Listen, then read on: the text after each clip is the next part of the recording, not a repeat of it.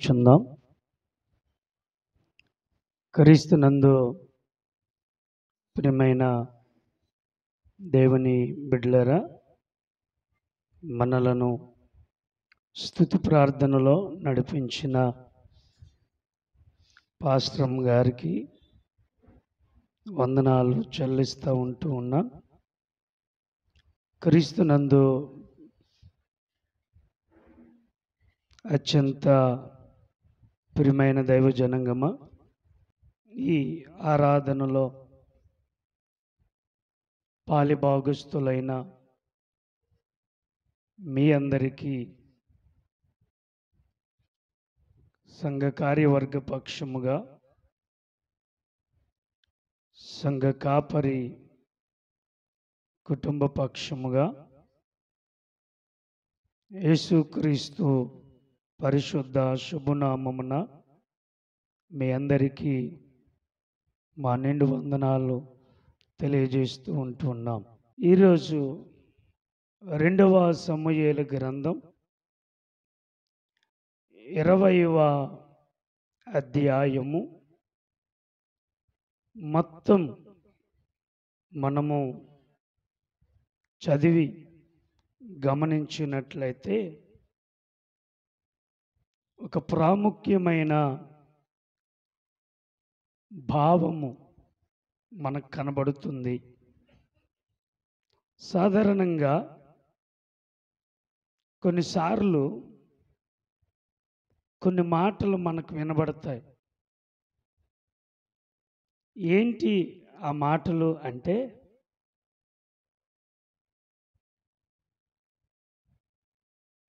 నేను నా కుమారుడికి ఈ అమ్మాయి చేసుకున్నట ద్వారా మా అబ్బాయికి ఉద్యోగం వచ్చిందండి అని కొంతమంది చెప్తారు. అంటే ఆ అమ్మాయి మా ఇంటిలో అడుగు పెట్టడం వలన మాకు మేలు జరిగింది అని కొంతమంది చెప్తారు. కొంతమంది ఎలా చెప్తారంటే, ఏమండి, మా మనవరాలో మనవడు పుట్టుట వలన మా కుటుంబానికి ఆశీర్వాదాలు వచ్చాయండి అని చెప్తారు కదా. ప్రియులరా, ఏమండి, మా ఆవిడ పొలంలో కాలు పెడితే చాలండి, మంచి దిగుబడి పంట వచ్చేస్తుందండి.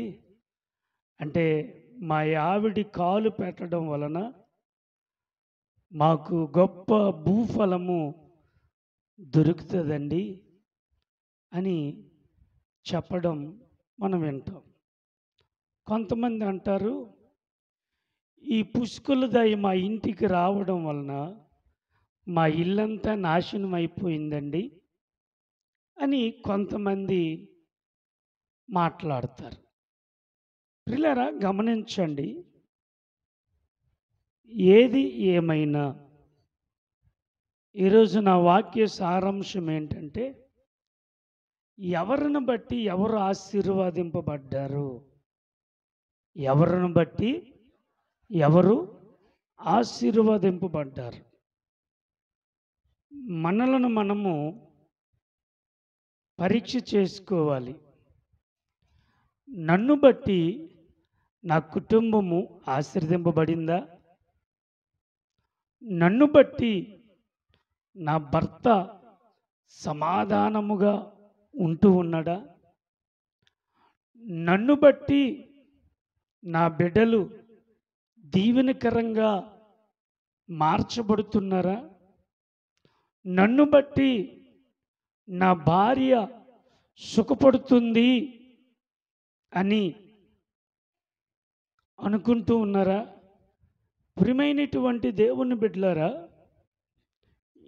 ఎవరిని బట్టి ఎవరు ఆశీర్వాదకరంగా మార్చబడుతున్నారు? పరిశుద్ధ బైబిల్ గ్రంథంలో మనం చూచినప్పుడు దావీదు రాజ్యమును పరిపాలన చేస్తూ ఉన్నాడు. పరిపాలన చేస్తున్న సందర్భంలో బెన్యామీయుడగు బిక్రీ కుమారుడైనటువంటి షాబాయను ఒకడు ఉన్నాడు. అతడేం చేశాడంటే దావీదు గారికి వ్యతిరేకంగా లేచి కొంతమందిని తన వైపు తీసుకొని దావీదుకు వ్యతిరేకంగా అతడు పన్నాగములు పన్నుతూ ఉన్నాడు.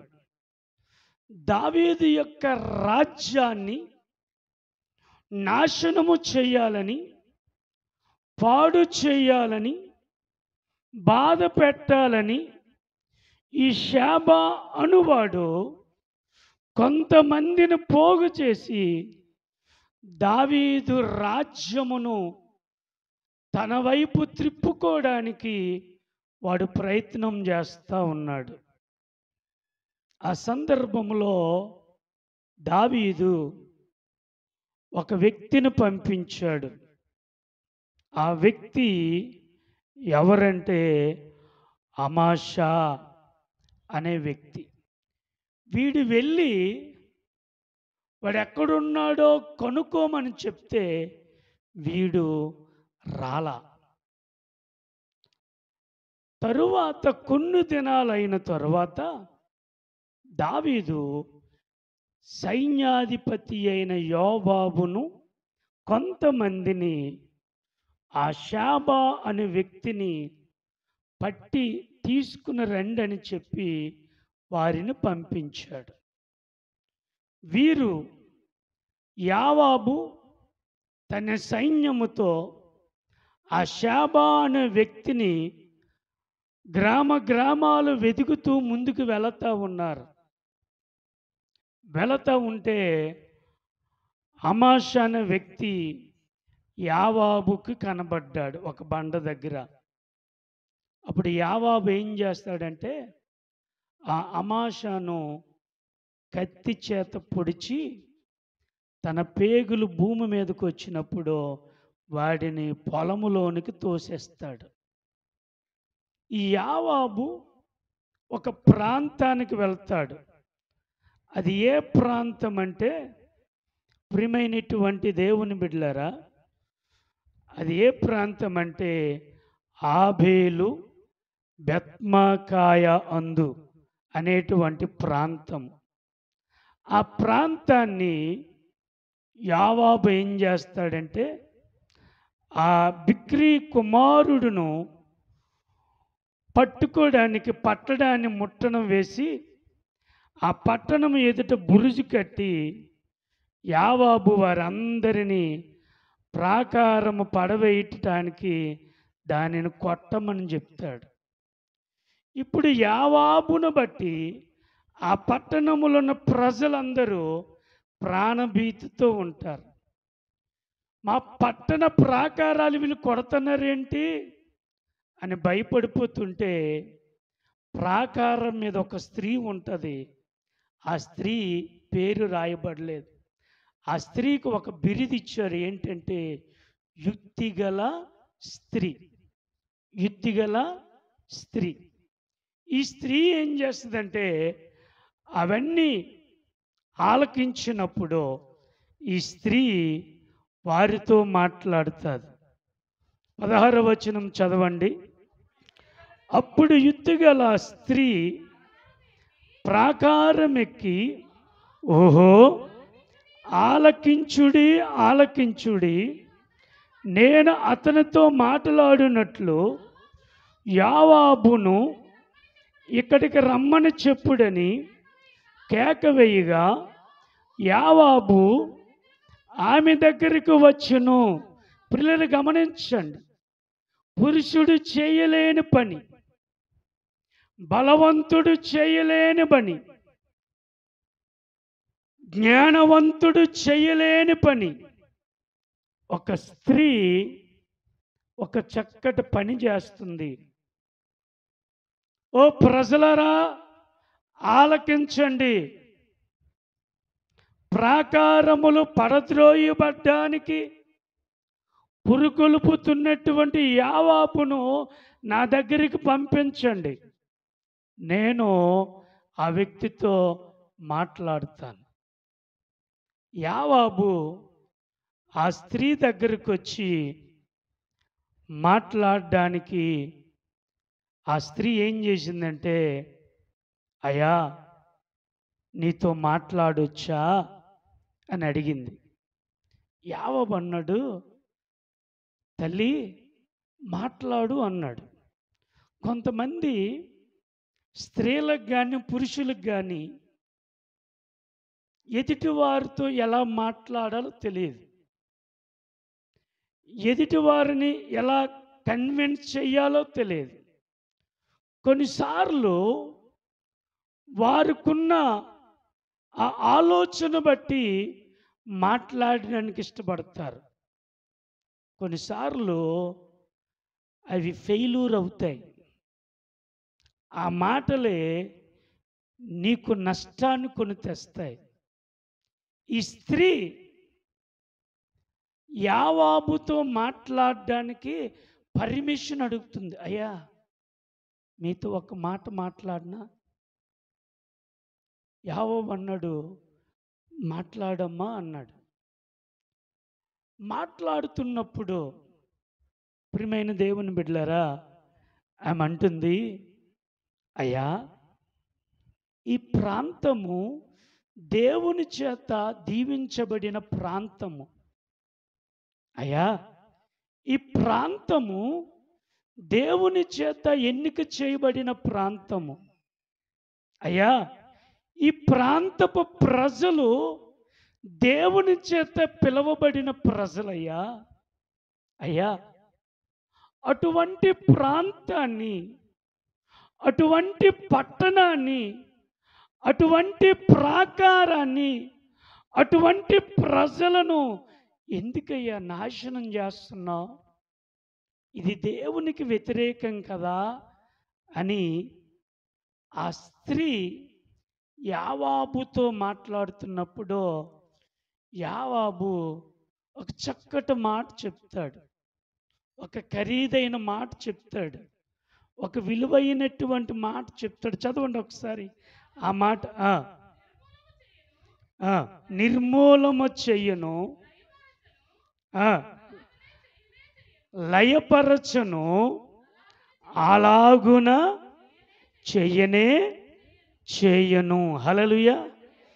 ప్రియులారా, ఆ స్త్రీ నిమ్మలమైన పట్టణాన్ని, యథార్థవంతులతో చేరినటువంటి పట్టణాన్ని లయము చేయవలనని నీవెందుకు ఉద్దేశించుచున్నావని యావాబును అడిగినప్పుడు యావాబు అంటాడు, అమ్మా నేను నిర్మూలము చేయటానికి రాలేదమ్మా, నేను ఈ పట్టణాన్ని లయము చేయటానికి రాలేదు, ఈ పట్టణ ప్రజలను నష్టపరచడానికి రాలేదు.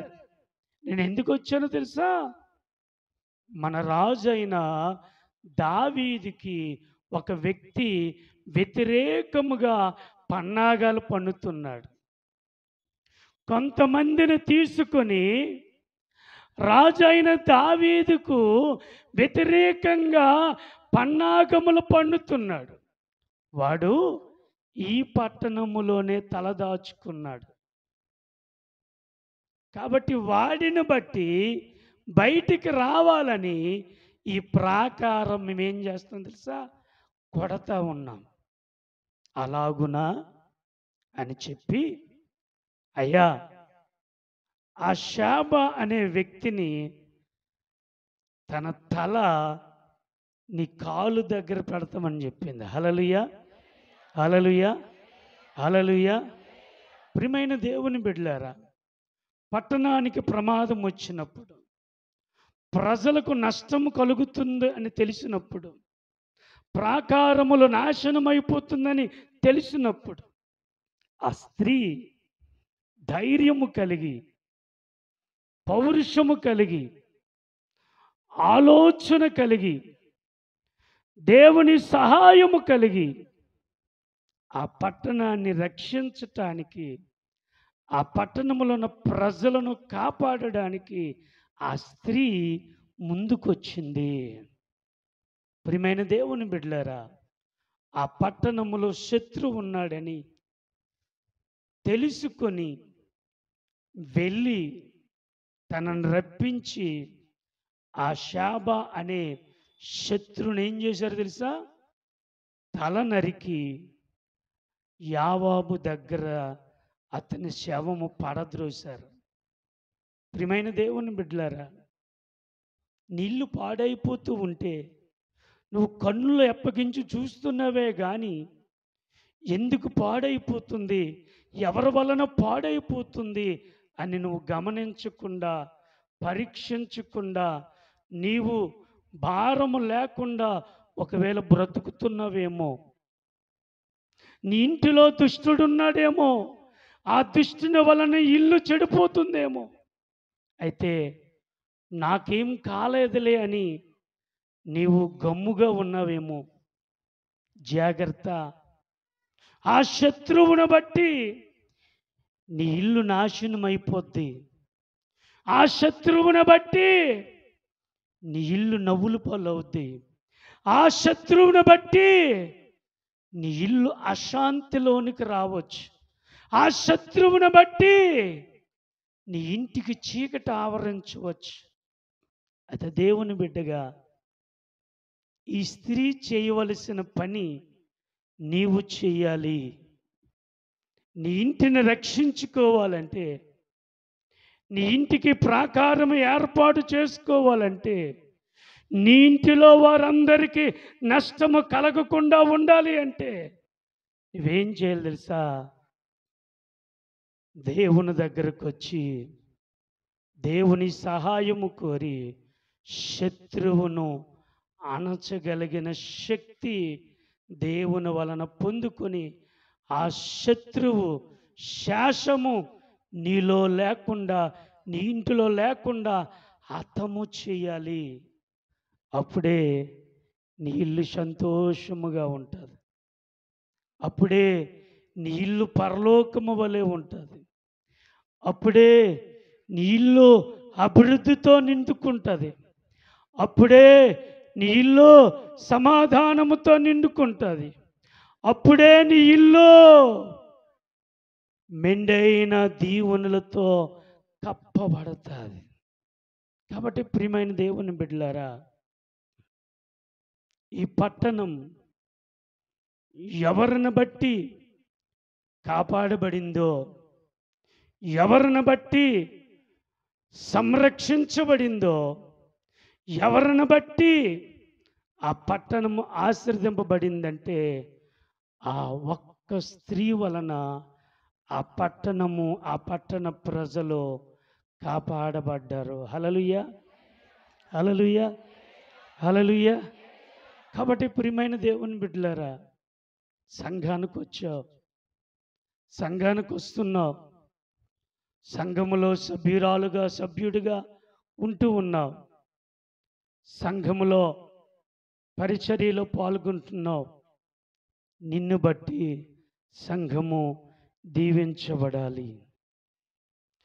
నిన్ను బట్టి సంఘము ఆత్మలతో నింపబడాలి. నిన్ను బట్టి సంఘము ఐకమత్యముతో ముందుకు నడవాలి. నిన్ను బట్టి అనేక ఆత్మలు సంఘానికి రావాలి.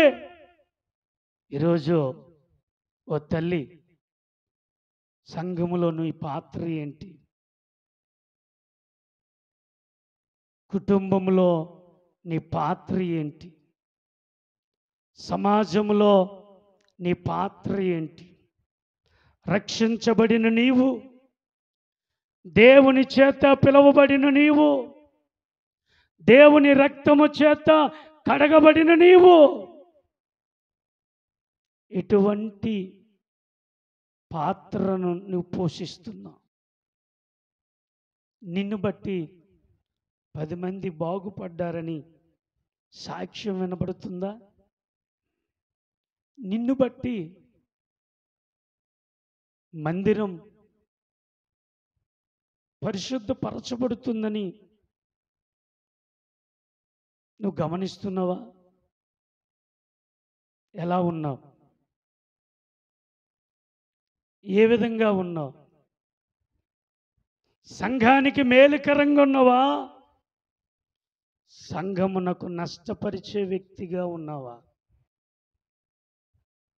కాబట్టి ప్రియమైన దేవుని బిడ్డలారా, ఆ యుక్తి కలిగిన స్త్రీ తన పట్టణాన్ని, తన ప్రజలను కాపాడుకోగలిగింది. ఆమెను బట్టి ఆ పట్టణము దీవించబడింది. హల్లెలూయా, హల్లెలూయా. కాబట్టి మొట్టమొదట ఆ యుక్తి గల స్త్రీని బట్టి ఆ పట్టణం దీవించబడింది, రక్షించబడింది. నా ప్రియ దేవుని బిడ్డలారా, ఈరోజు నీవు ఆశీర్వాదకరంగా దేవుని దగ్గర ఉండాలి. రెండవదిగా చూడండి, ఎవరిని బట్టి ఎవరు దీవించబడుతున్నారో. రెండవదిగా 2వ సమూయేలు గ్రంథం 9వ అధ్యాయము మొదటి 2 వచనాలు చదవండి. యోనాతానును బట్టి నేను ఉపకారము చూపుటకు సౌలు కుటుంబములో ఎవడైనా కలడాయని దావీదు అడిగిను. ప్రియులారా, ఇక్కడ రెండవదిగా దావీదు ఒక ఆలోచన పడ్డాడు. ఏంటి ఆలోచన అంటే, నేను యోనాతాను వలన గొప్ప ఉపకారం పొందాను. యోనాతాను వలన నా ప్రాణము రక్షించబడింది. ఎందుకంటే సౌలు దావీదును పద్దాక చంపాలని చూచాడు. అయితే సౌలు యొక్క కుమారుడైన యోనాతాను సౌలు వేసిన ప్రతి కుట్రలను భగ్నము చేసి దావీదును కాపాడుతూ వస్తూ ఉండేవాడు. దావీదుకి యోనాతాను కొన్ని వస్తువులు ఇచ్చాడు.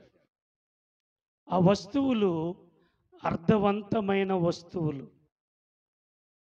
అధికారము చేపట్టడానికి ఉపయోగపడిన వస్తువులు ఇచ్చాడు. దావీదు సౌలు ద్వారా పొందినటువంటి ఉపకారమును సౌలు చనిపోయిన, యోనాతాను చనిపోయిన వారి కుటుంబమును గురించి అడుగుతా వస్తూ ఉన్నాడు.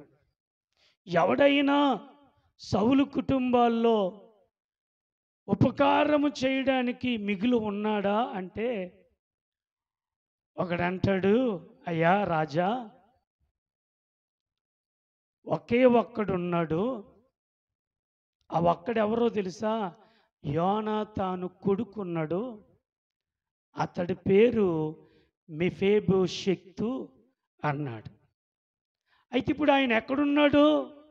అయ్యా, లోబేదారులో మాకేరు అనేవాడు ఉన్నాడు, వాడి ఇంటిలో అతడున్నాడు అని చెప్పాడు. అప్పుడు ఈ దాసుడిని లోబేదారు పంపించి మాకేరుకి చెప్పి మెఫీబోషెతును దావీదు ఇంటికి తీసుకొని రాబడతాడు. ఈ మెఫీబోషెతు ఎటువంటి వాడంటే 2 కాళ్ళు కుంటైపోయినవాడు. ఎందుకో తెలుసా? దావీదును శత్రువులు చంపుతున్న సందర్భంలో ఈ మెఫీబోషెతు పసిపిల్లడు, సుమారుగా 1.5 సంవత్సరాల వయసు. అతగాడిని శత్రువుల కంట పడకుండా ఉండడానికి ఆ పని మనిషి ఏం చేస్తుందంటే, ఆ బిడ్డను కప్పి, చెంగులో కప్పి ప్రక్కన పెట్టుకొని పరిగెత్తుకొని పోద్ది. ఆ తల్లి రాయి తన్నుకొని పడిపోవడం వలన ఆ బిడ్డ కూడా పడిపోతాడు. ఈ 2 కాళ్ళు ప్రియులారా పోతాయి.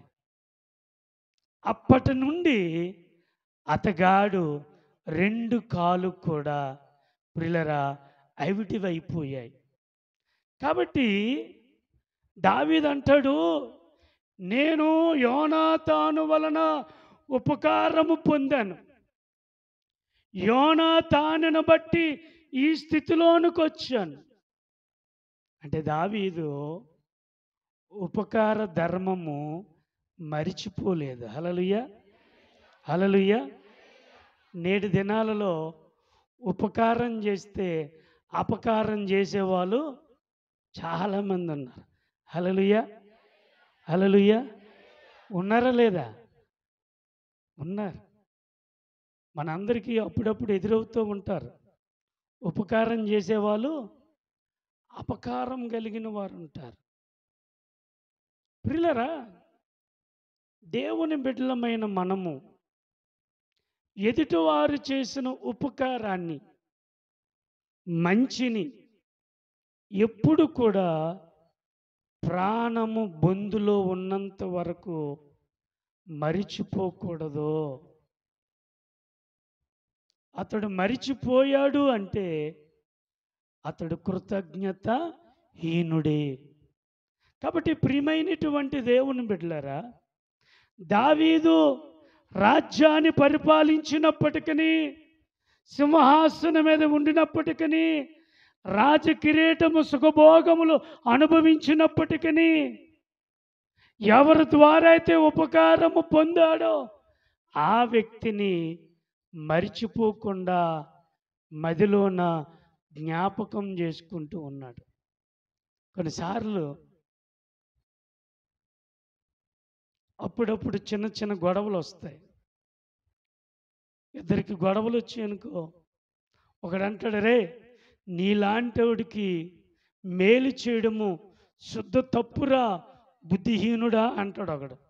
ఒకడంటాడు, ఎల్రెల్రా పనికి మాలోడా, నీకే తినడానికి లేదు, నాకు ఉపకారం చేసినంట వింటరా అంటాడు మరొకడు. ఈ మాటలు ఎక్కడి వరకు వస్తాయంటే ఒకరి ఒకరు గాయపరుచుకున్నంతగా వస్తాయి. చూసారా? కాబట్టి ప్రియులారా, దేవుని బిడ్డలమైన మనము చేతనైన మట్టుకు ఎదుటివారు చేసిన మేళ్లను ఎన్నడూను మర్చిపోకూడదు. అందుకంటాడు అపోస్తలుడైన పౌలు అంటాడు, ఉపకార ధర్మము చేయ మరచిపోకుడి అంటాడు. హల్లెలూయా. ఉపకార ధర్మము మరచిపోకూడదు, చెయ్యాలి. నీ చేతనైనంత చెయ్యాలి. నువ్వు ఉపకారం చేసావనుకో, నీవు వేరొకరి ద్వారా ఉపకారము పొందుతావు. నువ్వు అపకారము తలపెట్టావనుకో, వేరొకరి ద్వారా నువ్వు అపకారము పొందుతావు. కాబట్టి దావీదు అంటాడు, యోనాతాను ఇంటిని బట్టి ఎవరైనా ఉపకారము చేయటానికి ఉన్నారేమో కనుక్కోమని చెప్పినప్పుడు ఆ వ్యక్తి మాకేరు దగ్గరికి వెళ్ళి ఆ కుంటువాడని తీసుకొని వచ్చి దావీదు దగ్గర నిలవబడతారు. మీరు గమనిస్తే చూడండి ప్రియులారా, 6వ వచనం, సౌలు కుమారుడైన యోనాతానుకు పుట్టిన మెఫీబోషెత్ దావీదు నొద్దకు వచ్చి సాగిలపడి నమస్కారము చేయగా దావీదు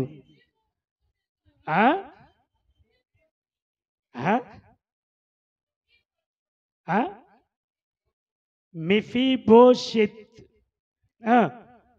అని అతను పిలిచినప్పుడు అతడు చిత్తము నీ దాసుడునైనున్నానెనను. అందుకు దావీదు, నువ్వు భయపడవద్దు, నీ తండ్రి అయిన యోనాతాను నిమిత్తము నిజముగా నేను నీకు ఉపకారము చూపి నీ పితరుడైన సౌలు భూమంతయు నీకు మరలా ఇప్పింతును, మరియు నువ్వు సదాకాలము నా బల్ల యొద్దనే భోజనము చేయదవని సెలవిగా అతడు నమస్కరించి, చచ్చిన కుక్క వంటి వాడునైన నా ఎడల నువ్వు దయచూపుటకు నీ దాసుడు నేను ఎంతటి వాడును ఆయనేను. హల్లెలూయా. చూసారండి, దావీదు నొద్దకి మెఫీబోషెత్ అనే కుంటువాడిని తీసుకొచ్చి కూర్చుని పెట్టినప్పుడు ఆ కుంటువాడు నమస్కారం చేశాడు. అయ్యా, నీ దాసుడినైన నన్ను క్షమించు అంటే ప్రాణం ఎక్కడ తీసేస్తాడు ఏంటని మనోడు భయపడిపోతూ ఉన్నాడు. అప్పుడు దావీదు అంటాడు, భయపడొద్దు, యోనాతాను నాకు చేసిన ఉపకారాన్ని బట్టి నేను నీకు ఉపకారము చేయబోతున్నాను. మీ తాత భూమంతా నీకు ఇచ్చేస్తాను, మీ తాత ఇల్లంతా నీకు ఇచ్చేస్తాను, మీ తాత ఆస్తల్లా నీకు ఇచ్చేస్తాను. ఇదిగో నీకు పనివారిని అప్పగిస్తాను, నీకు దాసీలను అప్పగిస్తాను, ఇదిగో నీకు భోజనం పెట్టడానికి మనుషులను అప్పగిస్తాను, ఇదిగో ఎల్లప్పుడూ నా భోజనం దగ్గర నువ్వు భోజనం చేయడానికి నేను నిన్ను పిలుస్తాను. అంటే దావీదు మనసు ఎంత ఉపకారం కలిగిన మనసు. గమనించండి, తాత దావీదును చంపడానికి చూసినవాడు, కానీ తండ్రి దావీదుకు ఉపకారం చేశాడు.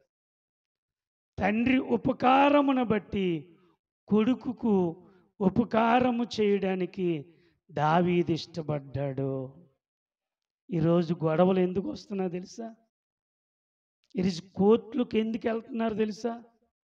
ఈరోజు పోలీస్ స్టేషన్లకు ఎందుకు వెళ్తున్నారు తెలుసా? ఉపకార ధర్మము మర్చిపోతున్నారు గనక, చేసిన మేలు మర్చిపోతున్నారు గనక, చేసిన సహాయం మర్చిపోతున్నారు గనక, చేసినటువంటి ధైర్యపరిచే మాట విడిచిపెడుతున్నారు గనక చాలామంది కుటుంబాల్లో కృతజ్ఞత లేని వారుగా ఉన్నారు. నా ప్రియ దేవుని బిడ్డలారా, ప్రియమైనటువంటి సంగమా, చేసిన మేలులు మనమెన్నడను మరిచిపోరాదు. నువ్వు మర్చిపోతే నిజమైన క్రైస్తవుడవో కానే కావు. నీవు నీ పొరుగువాని మీద ఉపకారము చేయటానికే ప్రయాసపడాలి. కాబట్టి ప్రియమైనటువంటి దేవుని బిడ్డలారా, మన దేవుడు శత్రువులకు సహితము ఉపకారం చేశాడు కదండి. శత్రువుల సహితము క్షమించాడు, శత్రువులను సహితము రక్షించాడు, శత్రువులను సహితము పరిశుద్ధపరిచాడు. దేవుని బిడ్డలమైన మనము ఎలా ఉండాలంటే, ఎవరి ద్వారైనా ఉపకారము పొందితే ఆ ఉపకారము నీ జన్మలో మరిచిపోకుండా బ్రతకాలి. మరి యోనాతానును బట్టి